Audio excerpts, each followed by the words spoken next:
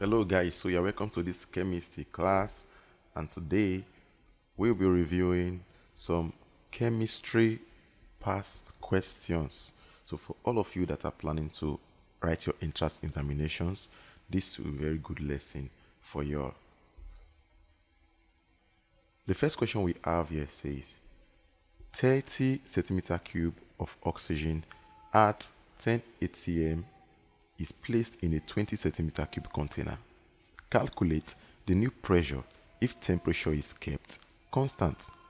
The first thing you want to do is to look at what gas law should I use to solve this problem.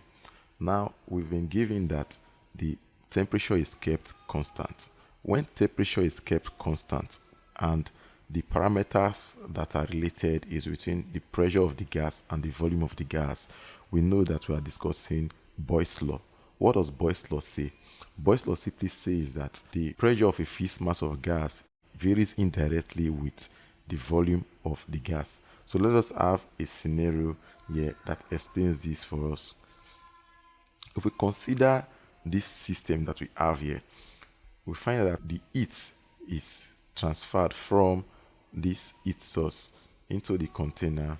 The gas molecules gain this heat energy and they use it to move haphazardly within this container. Now they collide with the walls of the container and also with the gas molecules themselves. This leads to a pressure buildup. But if we compare it to a scenario like this, where the volume has been reduced, what happens? We see that the pressure in this system, I call this P2, is greater when you compare it to the pressure we have in the initial system. And why is this so? It's simply because of there's now more collisions between the gas molecules themselves and also within the gas molecules and the walls of the container, because the volume has been reduced and the length of time it takes for this collision to take place has been reduced. This leads to more collision that definitely leads to higher pressure buildup. So if we go back to the question, we have it that Boyle's law relates pressure indirectly to volume. This simply means that PV is equal to a constant K. Therefore, P1V1 will always be constant to the product of P2V2. Now, from the question, we're given our V1 to be 30 centimeter cube, our V2 to be 20 centimeter cube. So obviously there has been a shrinking down of the volume.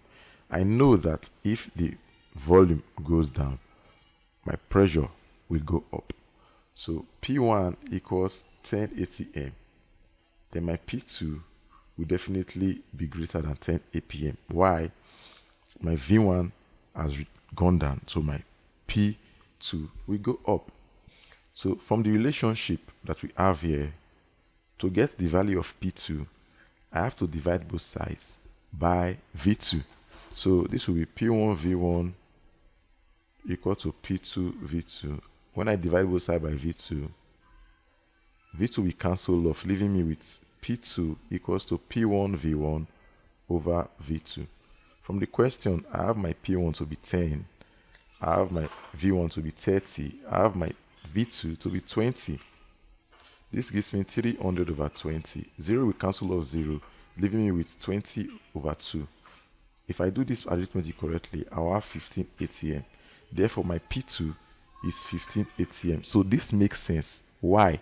Because as the volume went from 30 and shrank down to 20, it's expected that my pressure will go up from 10 to something else, which is greater than 10. Since we've calculated this to be 15, the correct option is B, 15 atm.